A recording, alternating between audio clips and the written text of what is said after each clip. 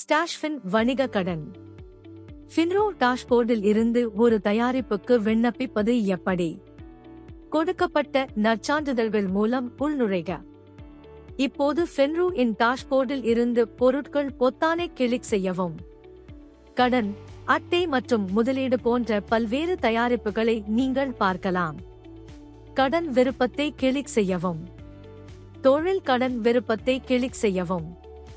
இங்கே நீங்கள் அனைத்து வணிக கடன் விருப்பங்களையும் பார்க்கலாம்.